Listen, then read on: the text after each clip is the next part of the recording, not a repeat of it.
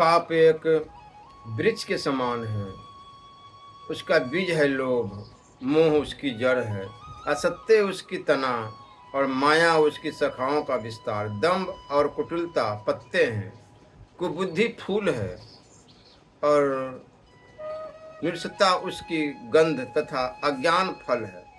छल, पाखंड, चोरी, ईर्ष्या, क्रूरता, कूटनीति और पापाचार से युक्त प्राणी उस मोह मूलक वृक्ष के पक्षी है, जो माया रूपी शाखाओं पर बसेरा लेते हैं।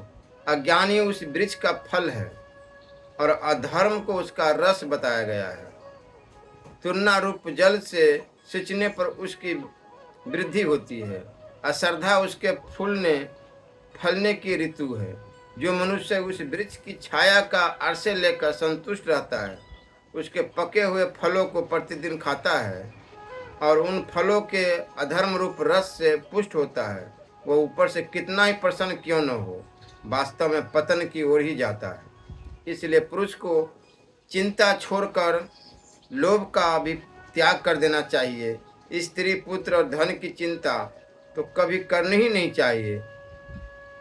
कितने ही विधान विमूर्खों के मार्ग का अवलंबन करते हैं। दिन रात मोह में डूबे रहकर निरंतर इसी चिंता में पड़े रहते हैं कि किस प्रकार मुझे अच्छी स्त्री मिले और कैसे मैं बहुत से पुत्र प्राप्त करूं।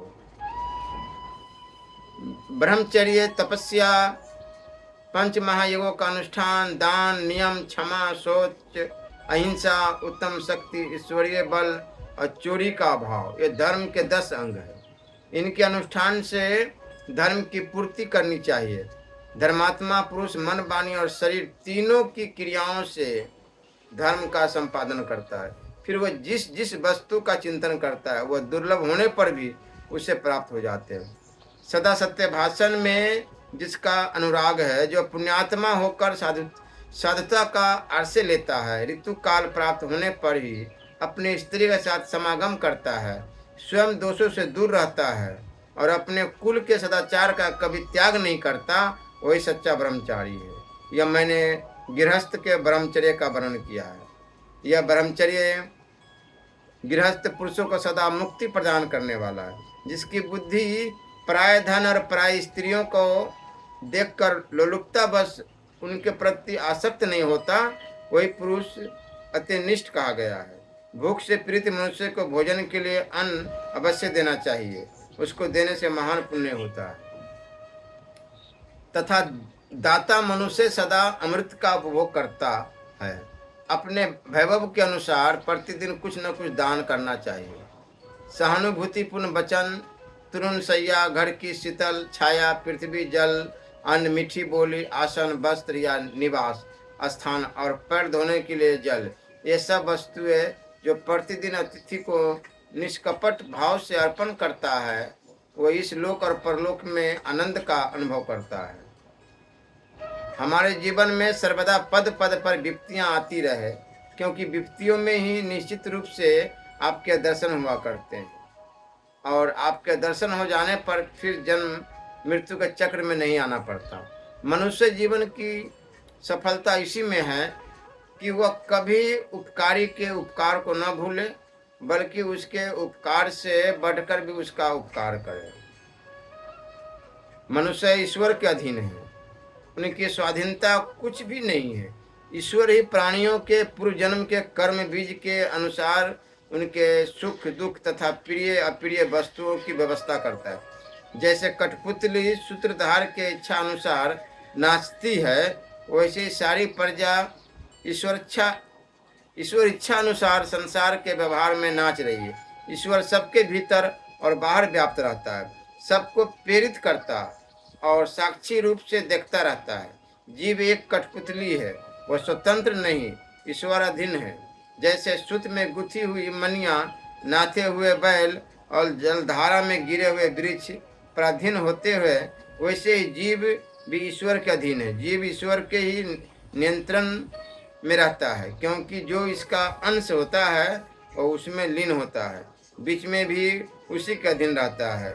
इसी प्रकार मनुष्य स्वतंत्र नहीं, काल रूप भगवान की इच्छा का अनुसरण करता है। जीव को किसी भी बात का ठीक ठीक ज्ञान नहीं है, इसलिए वह सुख पाने या दुख हटाने में असमर्थ है। वह ईश्वर की ही प्रेरणा से स्वर्ग या नरक में जाता है।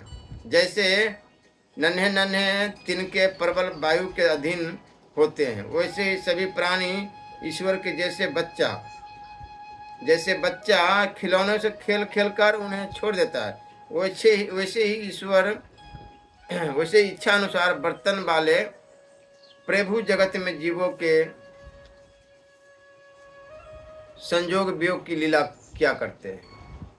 जिस समय दुशासन द्रौपदी का वस्त्र खींचने लगा, द्रौपदी भगवान श्री कृष्ण का स्मरण करके मन ही मन प्रार्थना करने लगी। गोविंद द्वारकावासी सच्चिदानंद स्वरूप प्रेमधन गोपी जन वल्लभ सर्वशक्तिमान प्रभु, कौरव मुझे अपमानित कर रहे हैं।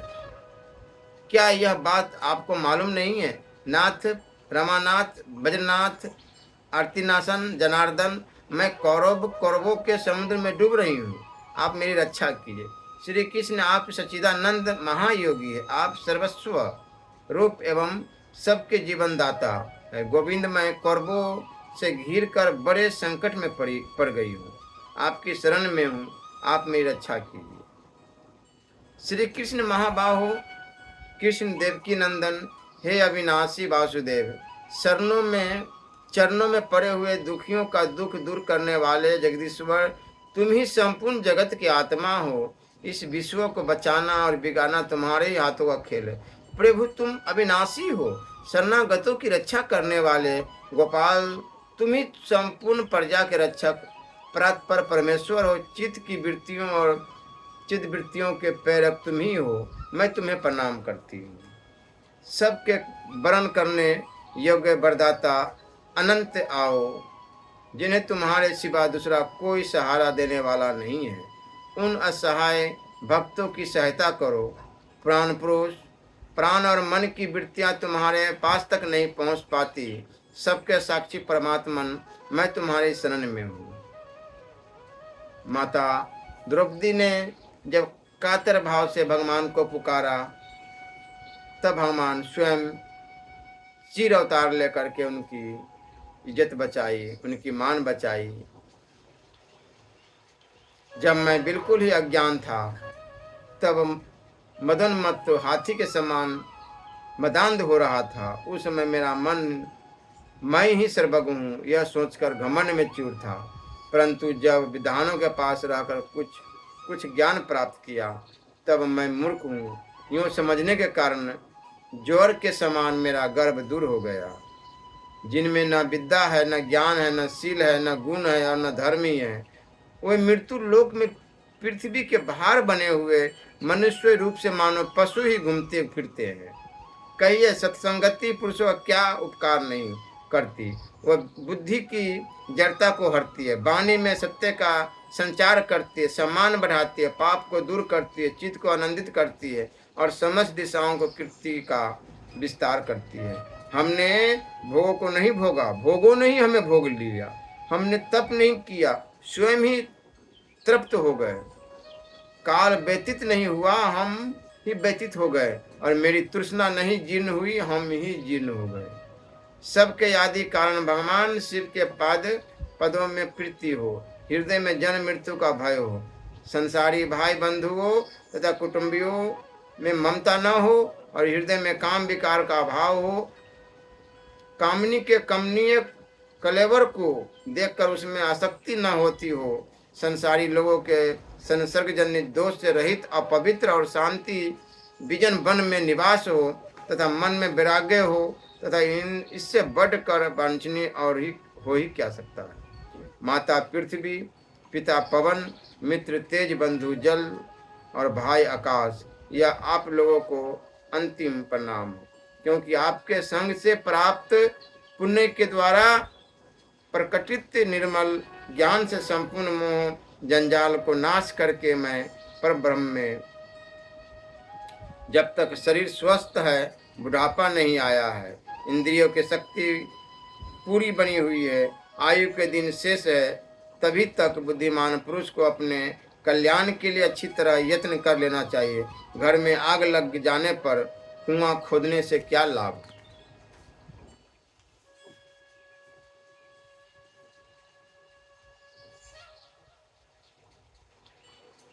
चाहे कोई तप करे, पर्वतों से भृगु पतन करे, तीर्थों में भ्रमण करे, शास्त्र पढ़े, यज्ञ यज्ञादि करे, अथवा तर्क वितर्कों द्वारा वाद विवाद करे, परंतु श्री हरि की कृपा के बिना कोई भी मृत्यु को नहीं लांघ सकता। मनुष्य ऋषि मुनियों द्वारा बतलाई हुई पद्धतियों से उदर आदि स्थानों में जिनका चिंतन करते हैं और जो प्रभु उनके चिंतन करने पर मृत्यु भय का नाश कर देते हैं, उन हृदय प्रभु की हम उपासना करते हैं। इसलिए हर समय नामों का स्मरण करते रहना चाहिए, जप करते रहना चाहिए।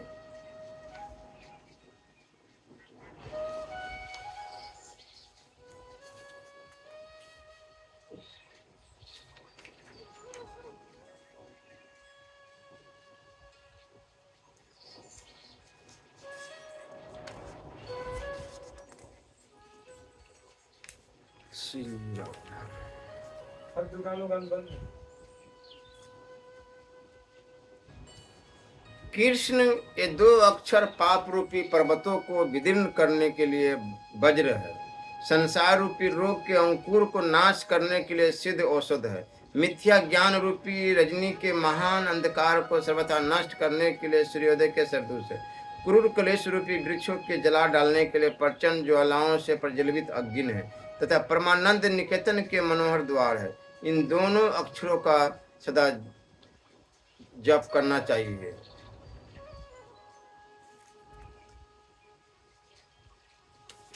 अपने मन के मोह के कारण वृथा चिंता न कर, जैसे छिद्रयुक्त कलश से चारों ओर जल चूता रहता है, वैसे आयु निरंतर क्षीण होती चली जा रही है, किंतु गृहस्थ धर्मी जनों के जानने में नहीं आती। इस प्रकार आयु जा रही है। अतः श्री भगवान के चरणार बिंदों में चित्त स्थापन करने में अति चतुर मनुष्य को क्षण मात्र का भी विलंब नहीं करना चाहिए।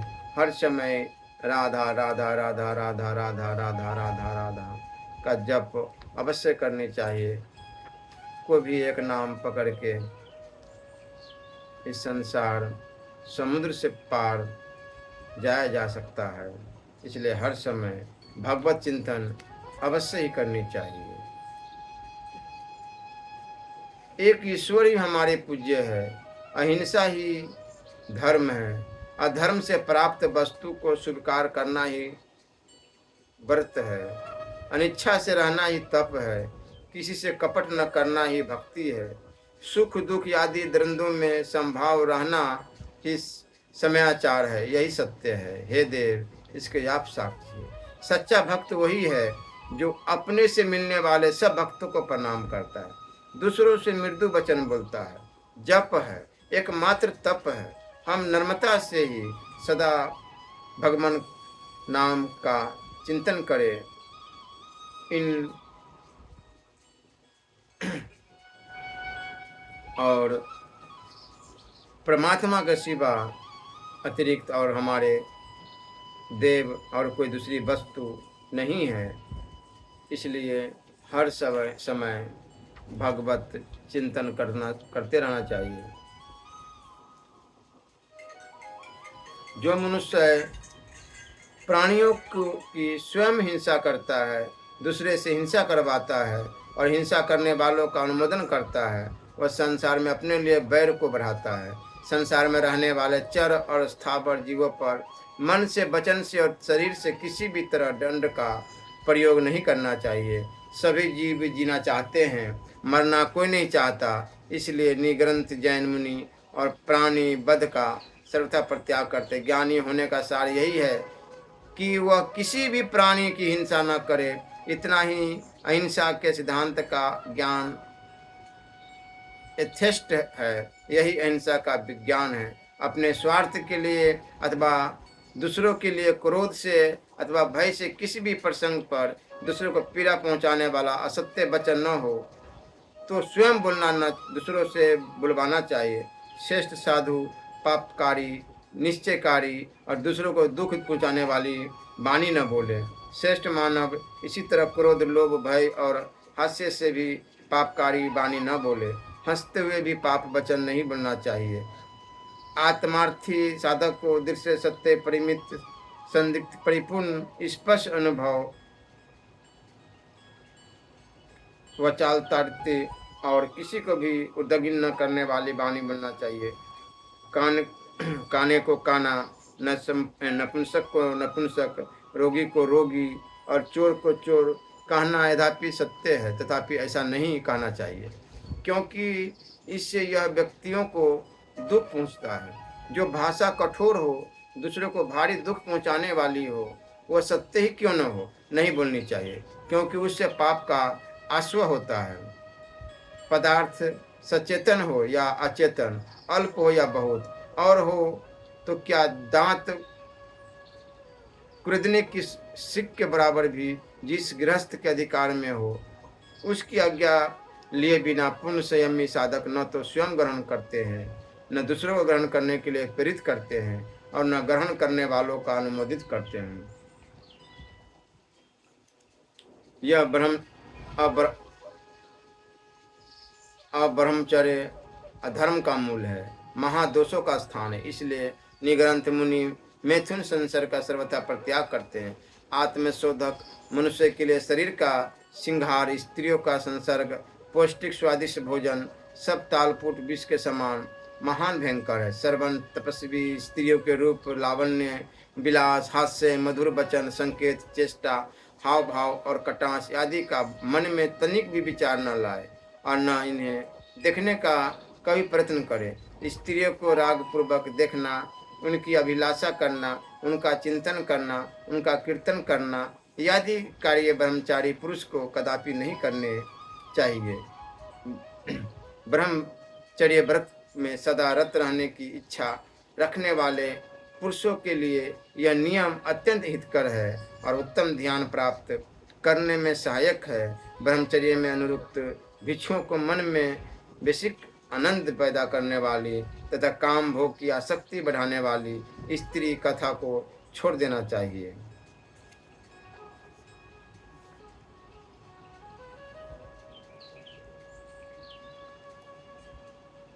भोजन पान का सदा के लिए परित्याग जो अधर्म से कमाया गया हो, उससे हमेशा दूर दूर रहनी चाहिए। जैसे बहुत ज़्यादा ईंधन वाले जंगलों में पवन से उत्तेजित दवागिन शांत नहीं होती, उसी तरह मर्यादा से अधिक भोजन करने वाले ब्रह्मचारी को इंद्रियागिन भी शांत नहीं होती। अधिक भोजन किसी के लिए भी हितकर नहीं है। ब्रह्मचर्यरत भिक्षुकों को श्रृंगार के लिए शरीर की शोभा और सजावट का कोई भी श्रृंगारी काम नहीं करना चाहिए।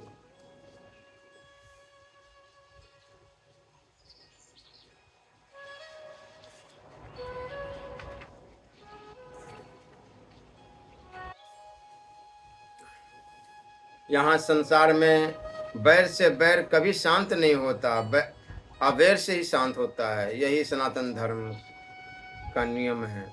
धम्मपद अन्य यज्ञ लोग नहीं जानते कि हम इस संसार से जाने वाले हैं। जो इसे जानते हैं फिर उनके मन के सभी विकार शांत हो जाते हैं। जो उद्योगी, सचेत, शुचि, कर्म वाला तथा सोचकर काम करने वाला है और संयत धर्मानुसार जीविका वाला एवं अप्रमादी है, उसका यश बढ़ता है। मत प्रमाद में फंसो, मत कामों में रत हो, मत काम रति में लिप्त हो। प्रमाद रहित पुरुष ध्यान करके महान सुख को प्राप्त होता है। अहो यह तुच्छ शरीर शीघ्र ही चेतन रहित हो निरर्थक काठ की भांति पृथ्वी पर पड़ा रहेगा। इस काया को फैन के समान जानो, मृचिका के समान मानो, फंदे के को तोड़ कर यमराज को फिर न देखने वाले बनो। ताजे दूध की भांति किया पाप कर्म तुरंत विकार नहीं लाता, वह भस्म से ढकी आग की भांति दग्ध करता, यज्ञ जन का पीछा करता। दुष्ट मित्रों का सेवन न करे, न अधम पुरुषों का सेवन करे, अच्छे मित्रों का सेवन करे, उत्तम पुरुषों का सेवन करे। जैसे ठोस पहाड़ हवा से काम्यमान नहीं होता, ऐसे ही पंडित निंदा और प्रशंसा से विचलित नहीं होते।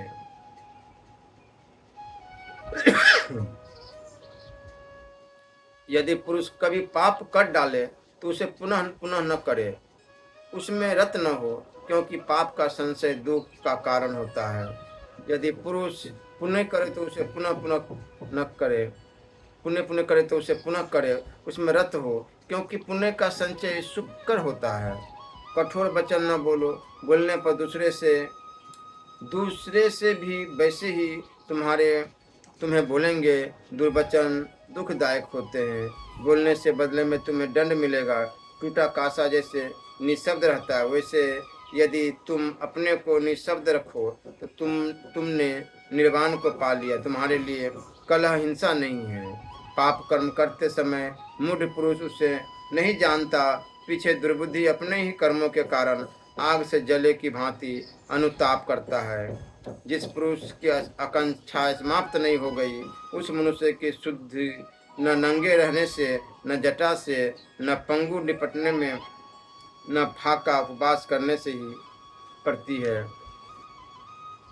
पाप नीच धर्म का सेवन न करे, न परमार्थ से लिप्त हो, झूठी धारणा का सेवन न करे। आदमी को लोक जन्म मरण वर्धक न बनना चाहिए। उत्साही बने, आलसी न बने, सुचरित धर्म का आचरण करे। धर्मचारी पुरुष इस लोक और परलोक में सुखपूर्वक सोता है।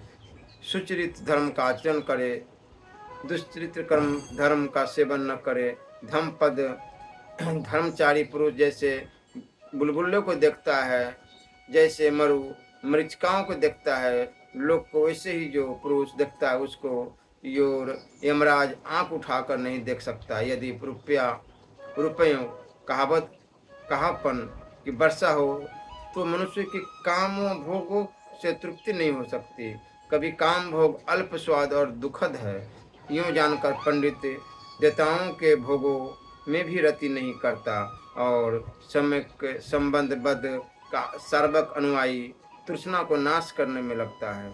राग के समान अग्नि नहीं, द्वेष के समान मल नहीं, 5 स्कंदों के समान दुख नहीं, शांति से बढ़कर सुख नहीं।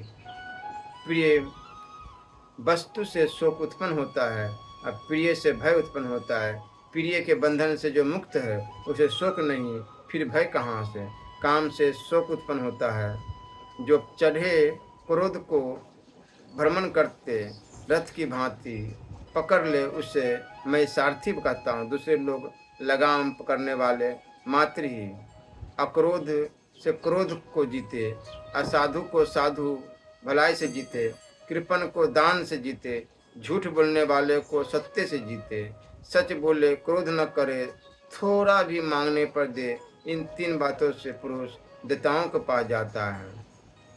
एक ही आसन रखने वाला, एक सैया रखने वाला, अकेला विचरने वाला बन आलस्य रहित हो। अपने को दमन कर, अकेला ही वेदांत में रमन कर। तृष्णा के पीछे पड़े प्राणी बंधे खरगोश की भांति चक्कर काटते हैं। संजनों मन के बंधनों में फंसे जन पुनः पुनः चिरकाल तक दुख पाते हैं।